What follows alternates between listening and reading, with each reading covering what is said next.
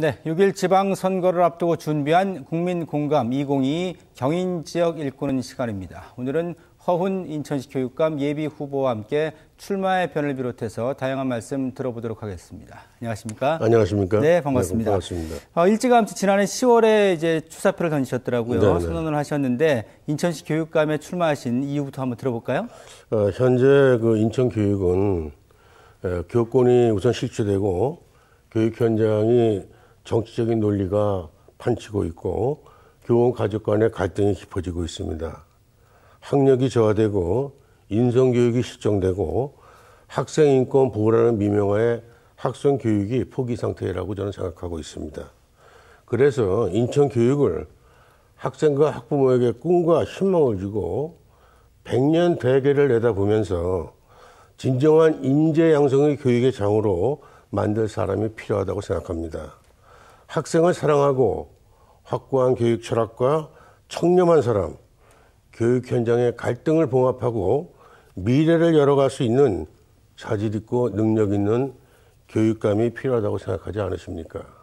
저는 오랫동안 교육 현장에 몸담고 있어서 학부모와 학생, 교직원들의 요구와 그들의 희망과 개선점을 잘 알고 있습니다.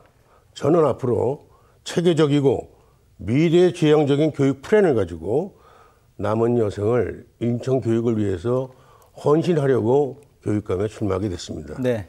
자, 그리고 후보께서 인천 교육이 이제 거대한 파도의 방향을 잃은 난파선 같다 이런 우려의 말씀을 하셨는데 네. 어떤 문제점을 지적해 볼 수 있고 또 어떤 방향으로 좀 나아가야 한다고 보시는지요? 네, 교육 현장은 현재 제일 중요한 것은 교권이 무너졌습니다.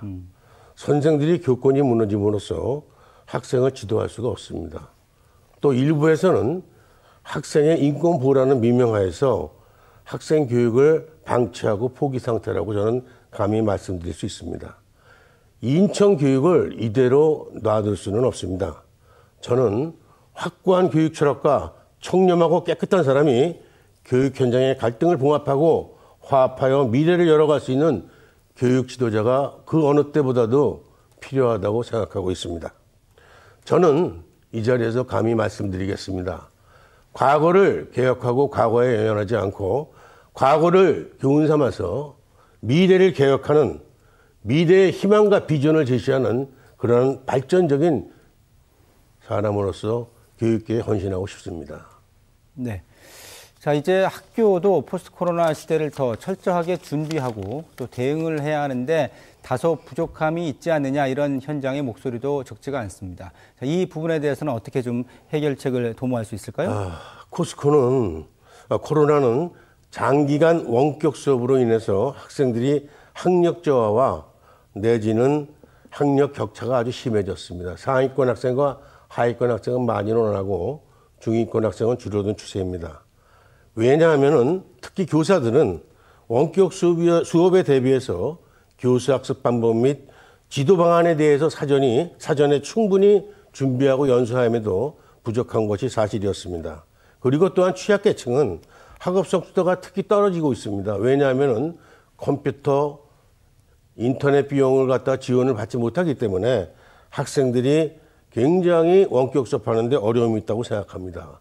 저는 대책으로서는 학교에서 대면 수업하는 것과 같이 인공지능을 기반으로 한 교육 패러다임을 전환시켜야 한다는 것입니다. 즉 미래 교육 통합 플랫폼을 구축하고 인천 교수학습지원센터를 설립해서 교원과 학생들에게 맞춤형 콘텐츠 서비스를 제공하고 교육 프로그램 개발을 해서 학생들에게 상시 제공해 주어야 합니다.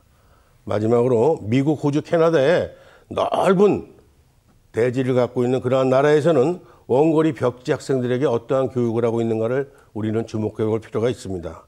그들은 디지털 인터넷 방송을 통해서 일주일에 한두 번 학교를 오게 하고 나머지는 집에서 원격 수업을 하는데 대면 수업과 같이 질 높은 수업을 진행시키려고 엄청 노력하고 있습니다. 우리도 이와 같이 원격 수업에 대비해서 차라리 외국과 같이 인터넷 디지털 방송을 이용하는 교육도 이제는 생각해 볼 때가 됐습니다. 저는 분명히 말씀을 드리지만은 대면 수업과 같이 밀도 있는 수업을 우리도 얼마든지 할 수 있다고 저는 확신을 갖고 여러분들에게 말씀을 드리겠습니다. 감사합니다. 네. 이 원격 수업, 비대면 수업의 효율성을 높이겠다 뭐 이런 말씀이고요. 자, 그리고 이제 본격적으로 좀 중요한 현안들을 짚어보겠습니다.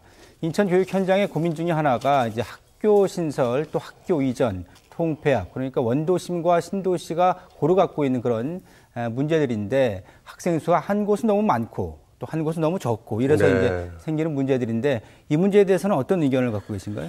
학교 통폐합 문제는 신중하게 접근해야 합니다. 인천은 특히 청라지구와 송도지구가 신도시가 생김으로써 인구 유입이 굉장히 많이 늘어났습니다. 하지만 학교 통폐합에 있어서 재배치가 불가하다면은 첫째로 구성원 간의 사회적 합의가 이루어져야 하고 상생 원리에 의해서 협의를 해야 한다고 저는 생각하고 있습니다. 네. 두 번째로는 구도심의 공동화 현상을 막아야 한다고 생각합니다.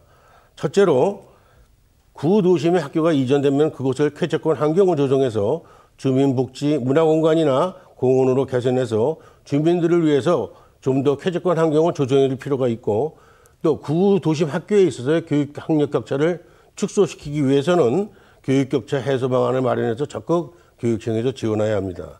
신도시는 지금 어려움에 처해 있는 것을 저는 잘 알고 있습니다. 교육부와 학교 통폐합 기준과 투자 심사 기준에 맞지 않는 이러한 예산을 갖다가 확보하려는 어려움이 있기 때문에 우리는 지금부터라도 미리 사전에 투자 심사 기준을 잘 알아서 예산을 확보하고 교육청은 교육부와 인천시와 협치를 통해서 적기에 학교 이전 및 신설을 추진하고 과밀학급을 해소해서 학생들에게 편리하고 쾌적한 환경에서 공부할 수 있도록 사전에 미리 준비를 철저히 해 나가야 된다는 것을 이 자리에서 말씀을 드리겠습니다. 네, 뭐 신도시 학교 설립 같은 경우는 이제 중투의 기준 문제가 늘 언론에 오르내리고 있는데요. 현장에서도 그렇고 이 부분도 좀 쟁점 사안인 것 같고.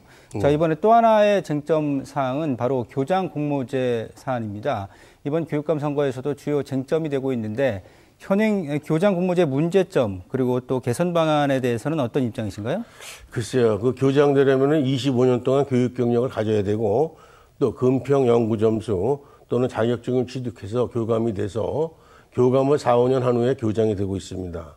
하물며 교육 경력 15년 된 사람을 교장 공모심의위원회를 통해서 통과되면 교장을 시킨다는 것은 굉장히 어려움이 있다고 생각합니다.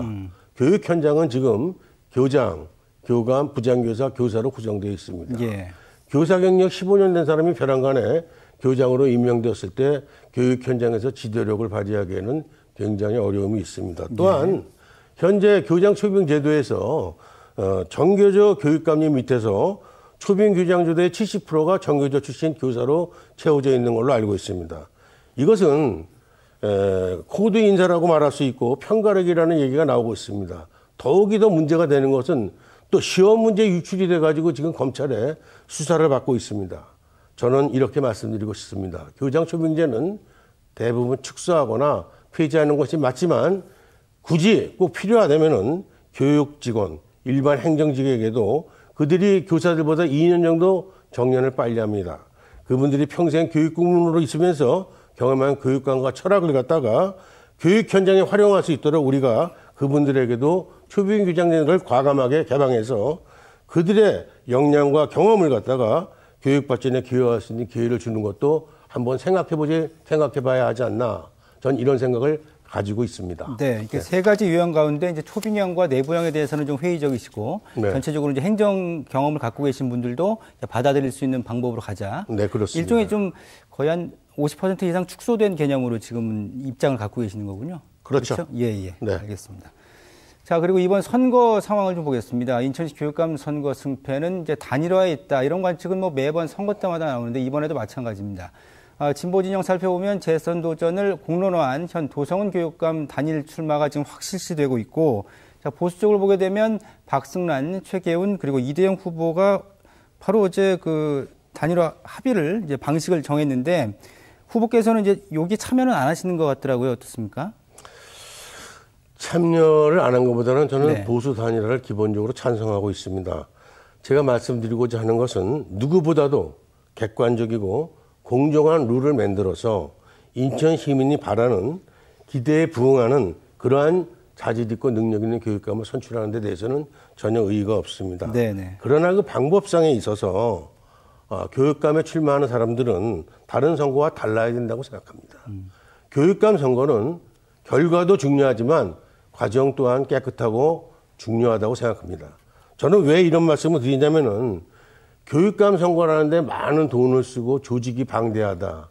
이것은 좀 문제가 있다고 생각합니다. 왜?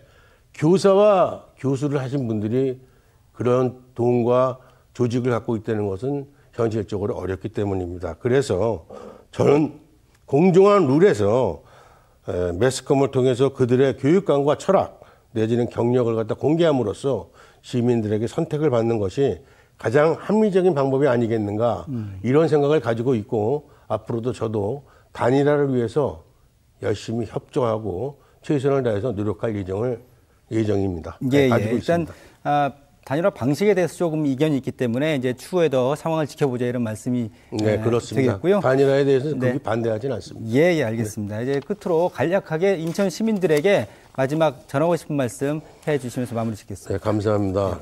교육감은 유아, 초중등 교육을 책임지는 직책입니다. 오랫동안 교육 현장에서 다져온 경륜과 경험을 바탕으로 해서 새로운 미래를 여는 교육을 시행해 나가겠습니다. 제가 교육감이 되면은 교육감이 제가 당선되는 것이 아니라 인천에 수십 명의 교육감이 탄생되게 되는 것입니다.